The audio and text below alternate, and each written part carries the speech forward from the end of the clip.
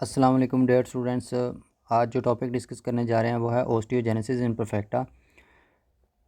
इससे पहले हमने बोन्स की फिजियोलॉजी और हिस्टोलॉजी पर हमने 3 वीडियोस की एक सीरीज़ है, पार्ट 1, 2 एंड 3, वो हमने बनाई है और वो आप लाजमी देखें, क्योंकि आपके फिजियोलॉजी और हिस्टोलॉजी के कंसेप्ट अगर क्लियर हो जाएंगे अच्छे से तो फिर आपको ये डिजीज़ेस समझ आएंगी जॉइंट्स की और बोन्स की।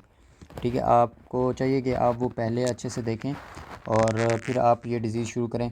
और इस डिज़ीज़ में ओस्टियोजेनेसिस इम्परफेक्टा में बहुत ही हाई यील्ड कॉन्सेप्ट बताए गए हैं। और इसके बाद हम इसका यूएसएमएलई में जो पोर्शन है, यूएसएमएलई की बुक फर्स्ट एड में, ठीक है, उस पर भी हम डिस्कस करेंगे। और उसके बाद हम इसकी मैनेजमेंट देखेंगे कि उसी में देखेंगे यूएसएमएलई के पार्ट 1 में जो जो पोर्शन वहाँ से लिया गया है।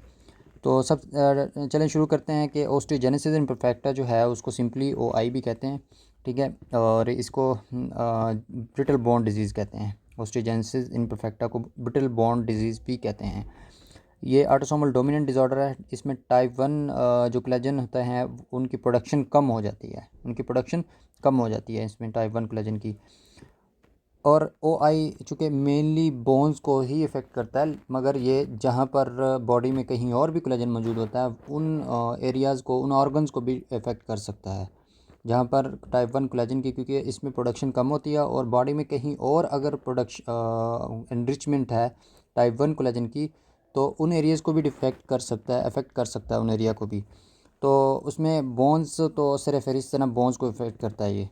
उसके बाद जॉइंट्स को, ठीक है, जॉइंट्स को, आइज़ को, एयर, स्किन एंड टीथ, क्योंकि इनमें भी कोलेजन टाइप 1 मौजूद होता है।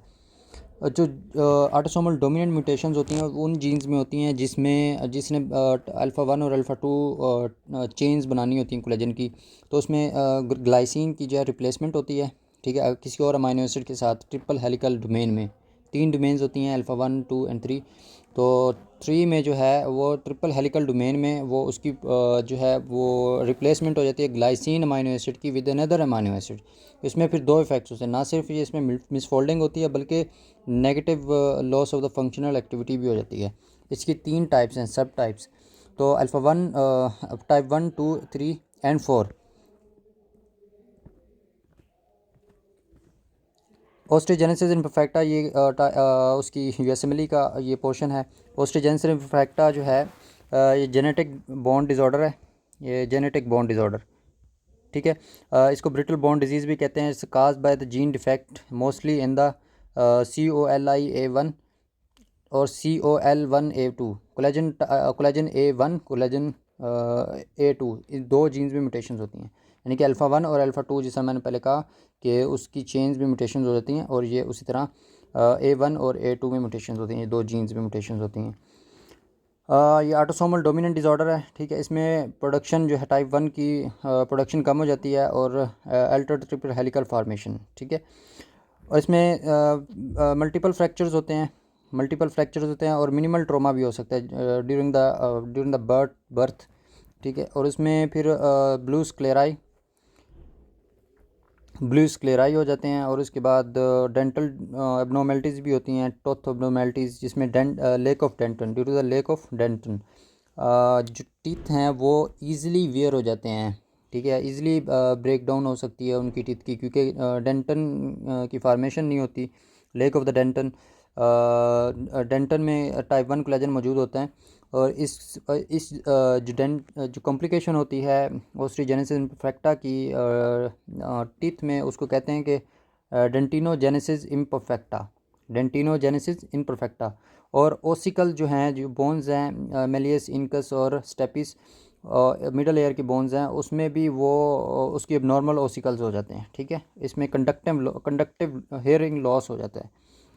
तो may be confuse with child abuse. इस तरह लगता है कि जब पेशेंट को रिप्रेजेंट किया जाता है, डॉक्टर पेशेंट को देखता है, बच्चे को देखता है, तो इस तरह लगता है कि बच्चे पर किसी ने तशद्दुद किया है।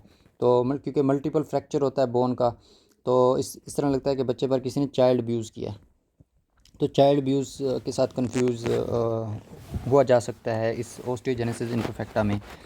यहाँ पे देखें कि यहाँ पर अपर एक्सट्रीमिटी में बोन डिफ़ॉर्मिटी हुई है। ये देखें कि बोन यहाँ पे ये बोन डिफ़ॉर्मिटी हुई है, बोन डिफ़ॉर्म हो गया और इस तरफ से इस तरह, ठीक है, इस ये बोन डिफ़ॉर्मिटी हुई है।